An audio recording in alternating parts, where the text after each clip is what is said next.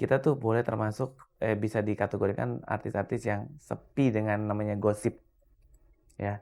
Artinya hampir tidak pernah digosipkan atau kena terpaan gosip lah kasarnya seperti itu. Kalaupun ada suara-suara sumbang mengenai hubungan kami pada saat itu, ya itu sangat tidak benar, gitu ya. Saya tidak munafik, kalaupun ada hubungan saya akan bicara pada saat ini, gitu.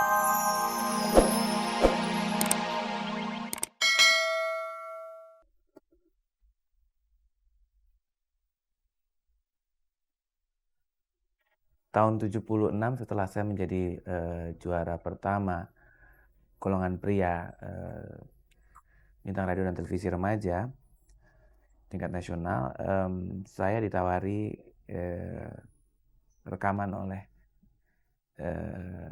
pimpinan dari perusahaan rekaman yang pada saat itu yang menawari saya adalah almarhum Bapak Wijaya. Lalu setelah saya letakkan kontrak, saya tidak hanya melakukan atau tidak hanya membuat album solo, tapi juga diduetkan atau dikawinkan dengan Rafika Duri pada saat itu yang menjadi juara pertama golongan wanita di ajang yang sama dengan yang saya katakan tadi, bintang radio dan televisi remaja.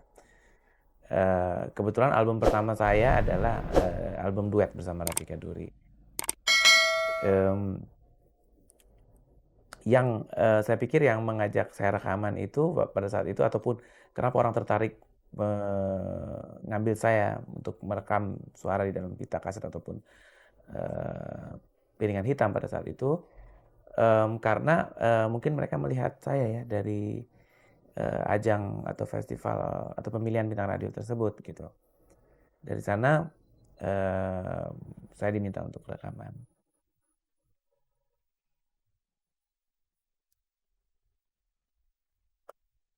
Bahagia sekali, terus terang saya bahagia sekali karena saya mendapat kesempatan untuk bisa merekam suara saya pada saat itu. Soalnya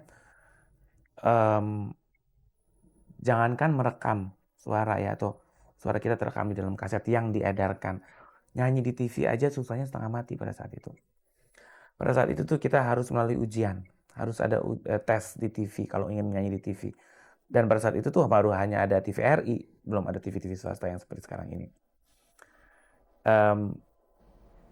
Keuntungan yang saya terima pada saat itu adalah begitu saya juara bintang radio dan televisi remaja tingkat DKI maupun tingkat nasional, otomatis saya harusnya sudah bisa langsung tanpa tes bisa muncul di TV karena saya sudah melalui tes yang sifatnya lebih formal gitu ya. Tetapi justru tes itu sudah saya lakukan jauh-jauh hari sebelum saya ikut bintang radio dan televisi itu. Jadi saya pun merasakan tes masuk TV. Nah, jadi Anda bisa bayangkan bagaimana senangnya kita udah bisa masuk TV, juara pula di bintang radio dan televisi remaja itu, sekali tawari rekaman. Pada saat itu rasanya lengkap hidup saya. Artinya apa yang saya inginkan semuanya sudah ada di depan mata. Ya, itulah perasaan yang saya rasakan pada saat itu. Saya tidak keberatan dibilang penyanyi festival, tetapi saya justru ingin meluruskan ya, pernyataan penyanyi festival itu memang karena saya sering kali ikut festival dan hampir sebagian besar dari keikutsertaan saya di festival itu selalu saya menang gitu ya. Tetapi bukan berarti penyanyi festival itu hanya sebagai penyanyi festival. Ya, sekali lagi saya bilang saya tidak keberatan dikatakan atau diberi julukan penyanyi festival. Tetapi di dalam perjalanan karir saya, di samping mengikuti festival, saya juga bikin album yang sudah mencapai album solo saya ya, yang baru saja beredar itu 2 atau 3 bulan yang lalu beredar itu adalah album ke-21 solo saya.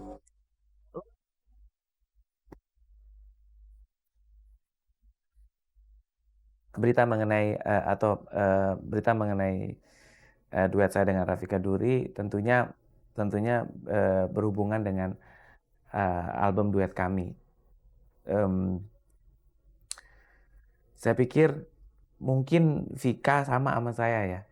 Kita tuh boleh termasuk bisa dikategorikan artis-artis yang sepi dengan namanya gosip, ya. Artinya hampir tidak pernah digosipkan atau kena terpaan gosip lah kasarnya seperti itu.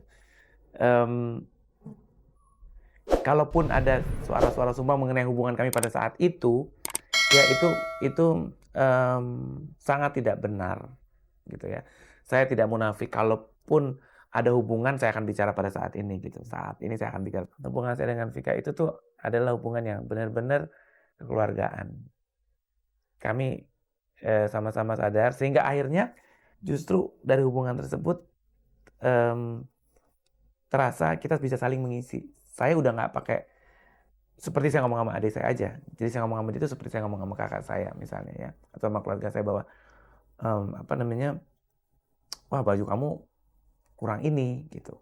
Nah dia juga begitu, seperti kayak ngomong sama kakaknya gitu bahwa, atau seperti ngomong sama adiknya bahwa ini jangan gitu dong dan segala macam tanpa ada perasaan tersinggung. Jadi benar-benar kita bisa saling mengisi baik di dalam kehidupan kita sebagai sahabat, sebagai saudara gitu ya. Juga pada saat kita berkarya di bidang musik, khususnya dalam pembuatan album duet.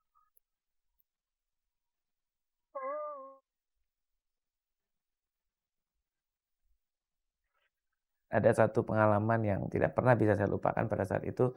Saya menyanyi di satu pertunjukan yang diadakan di Ambon, di kota Ambon. Itu adalah beberapa tahun yang lalu. Pada saat itu saya lagi nyanyi terus tiba-tiba listriknya mati. Bukan mati, mixernya jebol. Mungkin karena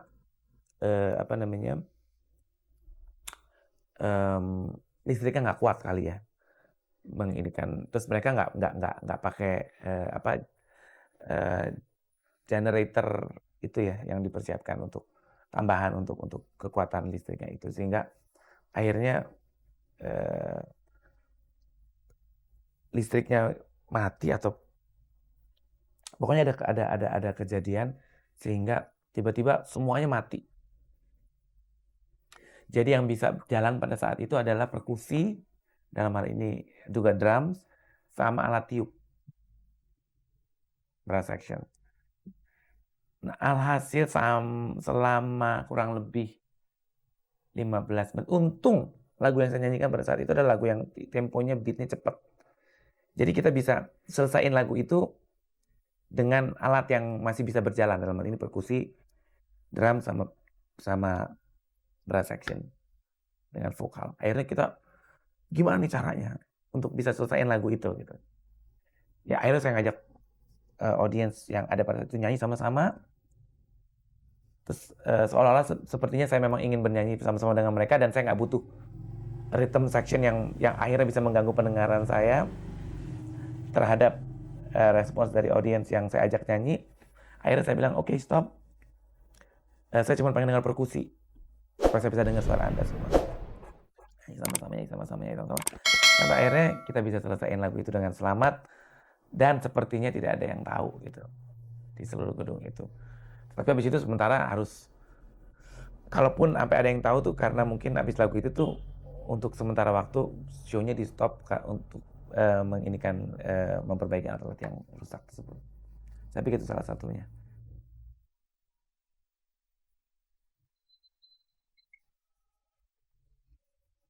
Generasi saya mungkin udah nggak, sekarang ini tuh nggak pernah nerima perlakuan yang seperti itu lagi oleh para fans ya. Jadi kalau saya ke mall atau segala macam nggak pernah tuh ada yang sampai wah gimana dan lain sebagainya. Mereka lebih datang tanda tangan, udah aja gitu. Dan untuk saya itu sesuatu yang sangat merupakan satu penghargaan untuk saya bahwa mereka masih ingat saya. Mereka minta kenang-kenangan dari saya yang merupakan tanda tangan saya. Jadi perasaan terganggu itu sama sekali nggak ada. Kalaupun ada itu biasanya di daerah ya, kayak gitu. Kita habis show terus pas kita atau sebelum show kita masuk itu tuh mereka udah tuh tahu ruang masuknya atau di mana hotel kita. Mereka nunggu di lobi atau ngetok-ngetok kamar atau telepon dan lain sebagainya. Sejauh itu tidak mengganggu waktu istirahat misalnya atau waktu latihannya kami dan segala macam, untuk saya berusaha untuk selalu memberikan yang terbaik untuk mereka karena mereka adalah bagian dari perjalanan karier saya. Jadi saya selalu berharap mereka juga merasakan kebahagiaan yang saya rasakan.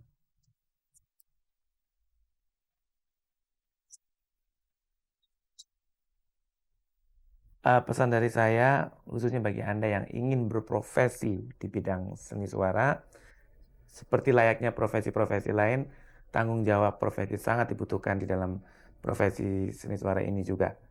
Misalnya masalah disiplin dan juga masalah pendidikan.